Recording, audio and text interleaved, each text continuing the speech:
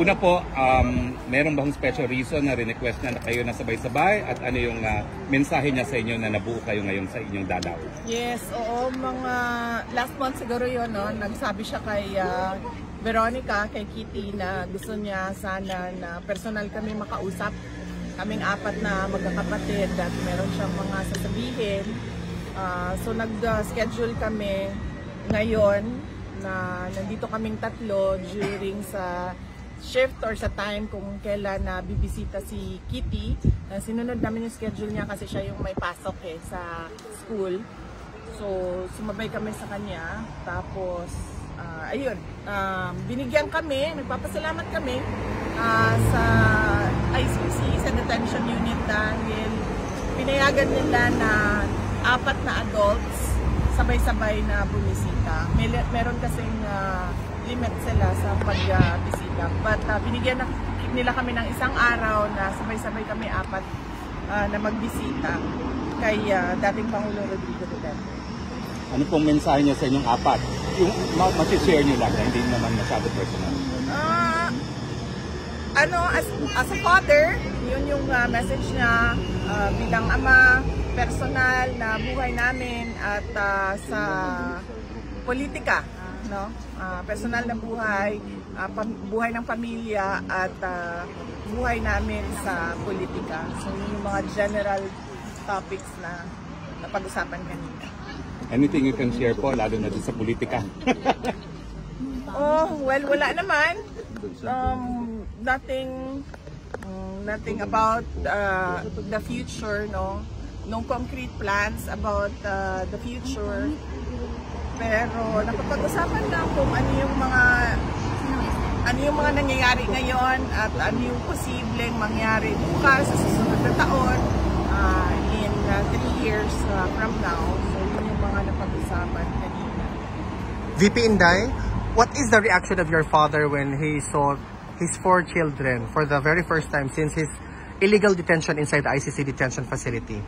Masaya siya. He's been informed of it since Friday of last week, nung 3 na kami ang bumisita at sinabihan na siya na nag-aantay na lang ng isa. And Wednesday this week, meron kaming approved visit na kaming 4. So masaya siya na nakakausap niya kami. At medyo maingay kanina kasi 3 sabay-sabay, 4 sabay-sabay na nagsasalita. At some point, sinabi ni Basti na hindi na ako magsasalita kasi walang nakikinig sa akin. So, medyo siguro na-miss niya yung ganon na discussions, na labo-labo, sabay-sabay nagsasalita lahat. At masaya siya na nakabisita kami ng 4. VP Inday, how's the health situation of your father? Okay naman siya. Kanina, chinek namin siya. Minasahe siya for 1.5 hours ni Congressman Pulong Duterte. So, minasahe yung 2 paa niya. And then, inano yung circulation because napansin niya no, na medyo gray, ashen gray yung kanyang isang paa. So, minasahe ng maayos para maayos din yung circulation. Minasahe yung 2 arms niya, yung likod niya, yung kanyang leeg, minasahe din ni Congressman Pulong Duterte. And before kami pumasok, kinausap ako nung isang nurse. Sabi niya na kapag meron daw, sabihin ko daw sa lahat ng mga bibisita na huwag daw siya bigyan ng snacks. Kasi merong vendo doon sa loob kung saan kami bumibili ng Coke Zero, ng soft drinks, ng juice. Huwag daw bumili ng snacks doon kasi sobrang taas ng kanyang sugar ngayon at gusto nilang pabilisin yung pagpapababa ng sugar. So pinagbawalan siya kumain pero inalaw naman siya sa kanyang Coke Zero kung mag-request siya. Basta ang sinabi lang nila is that minomonitor nila yung pagkain niya sa taas kaya wag siyang bigyan ng snacks dahil hindi nila ma-monitor ang sugar doon. And nakikita nila nagsispike yung kanyang sugar, blood sugar. So, pinagsabihan kami wag mag-share ng snacks. VP, just to follow up on that, how do you feel personally when you saw all of your siblings together with your father to meet him for the very first time? Ako? Together with all of your siblings. Yes, personally, VP, sa'yo. How do you feel? Hindi ko naisip yun First time pa natin na apat na since birth? Sa pagbisita, VP. Wala akong feelings. Hindi ko naisip yun. Pero ang sa akin lang is that kung ano yung makapagpasaya sa kanya, yun ang gagawin. So, nag-request siya ng personal na pagkikita na kaming 5. So, binigay namin sa kanya yun. Thank you, VP. VP, first time kasi na nakapanayam kayo since the dismissal of the impeachment, no? Ano yung naging reaction niya and any advice si Tatay Digong sa inyo now that impeachment was dismissed, although there is a pending MR? Tagal na nun Wait lang. Na-inform mo siya, diba, no? Oo. I think, ano sinabi? Hindi kasi na-discuss yung ayun yung sinabi. Extremely proud. Hindi kasi kami nagkausap nung dismissal ng impeachment. Visit ata ni Kitty yun and siya yung nagbigay ng news kay President Duterte. Any advice for your future political plans? Tatay Digong? Wala kami pinag-usapan na 2028 elections kanina. VP, on a completely different matter, the lead counsel attorney Nicholas Kaufman made mention that he is appealing or he's waiting for the government of Bongbong Marcos to schedule an appointment for him to negotiate because he wants the immediate return of your father during that time today daw. What is your... Can you weigh in to this statement of Attorney Nicholas Kaufman? Is that possible or should we ask this question na lang kay Attorney Kaufman? I think it is best if we ask Attorney Nicholas Kaufman to explain his statement. Kasi I cannot speak for him and I cannot say kung ano yung I cannot say what his plans are. Thank you, VP. But do you think PBBM will allow him back? I cannot speak for BBM as well. CIA, siguro tanungin mo? Si. CIA. VP, ngayon lang yung nagdemanda si Yorme, Mayor Isko, kay Congressman Chua regarding sa mga flood control. What's your opinion at saka would you encourage other mayors na i-demanda yung mga congressman nila na mayroong mga palpak o ghost projects? Yes, oo. Trabaho ng trabaho ng Commission on Audit na mag-imbestiga kung meron silang makita na anomalya sa mga projects. So based on their audit or based on investigation sa DPWH, kung hindi man dahil sila yung iniimbestigahan based on NBI or the special committee ng DOJ na mag-imbestiga, dapat talaga pagpanagutin yung mga public officials at yung mga contractors ng ghost projects at ng substandard projects dahil delikado yun sa mga mamamayan. At saka huwag tayo tumigil sa flood control projects dahil noong 2024, last year, nagsabi na ako, sa school building program pa lang ng Department of Education, pinaghati-hatian na ng members of the House of Representatives, pero walang nag-react.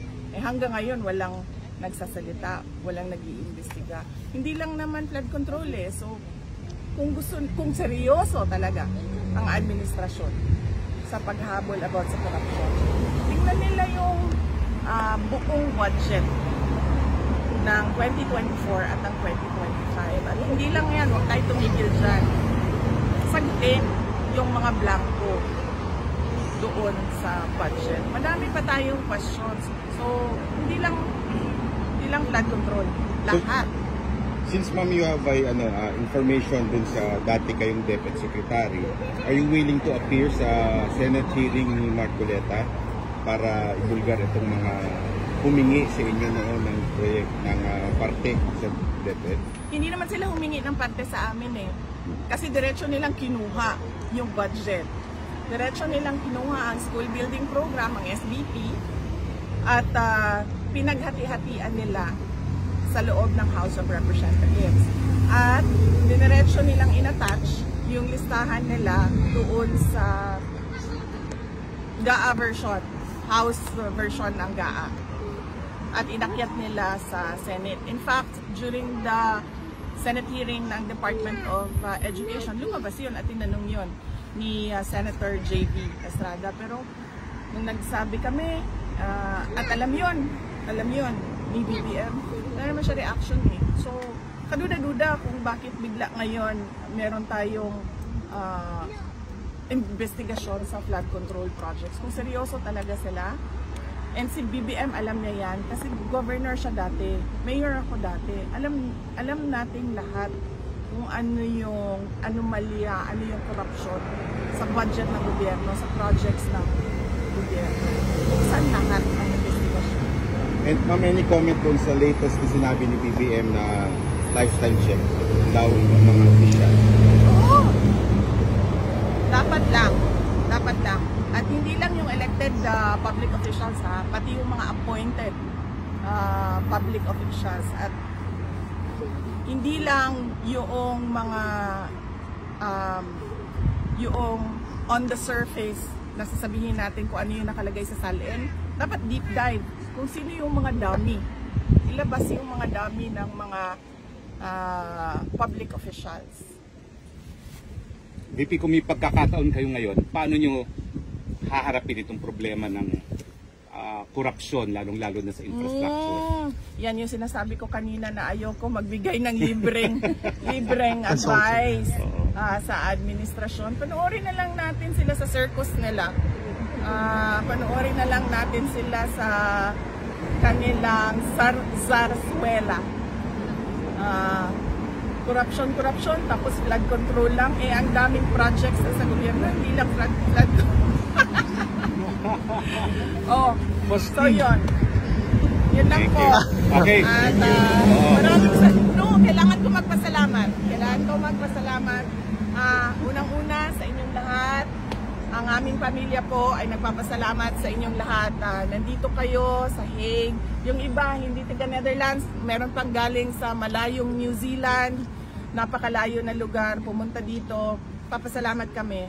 Dahil unang-una, sigurado kami, yung dasal ninyo araw-araw, ang laking tulong nun sa sitwasyon ni dating Pangulong Rodrigo Duterte. Yung pagpapakita ninyo ng suporta sa kanya, kanina na-mention, nabanggit sa kanya yung mga tao na nandito, yung mga personalities na nandito. We mentioned you, and then he smiled kasi ano daw, noong nasa Davao siya, nanonood siya ng mga content at mga vlogs mo. So, nagpapasalamat siya at nagpapasalamat kami lalong-lalo na mga anak niya sa tulong ninyo sa kampanya at sa tulong ninyo sa dasal ninyo at sa pagpapakita ninyo ng support sa Pwede ba ho si Pangulong Anton Duterte. SMNI? Yes. Last question. Ayoko na magbigay ng libreng legal advice. Ayoko na magbigay ng libreng legal advice at professional advice sa administration ha.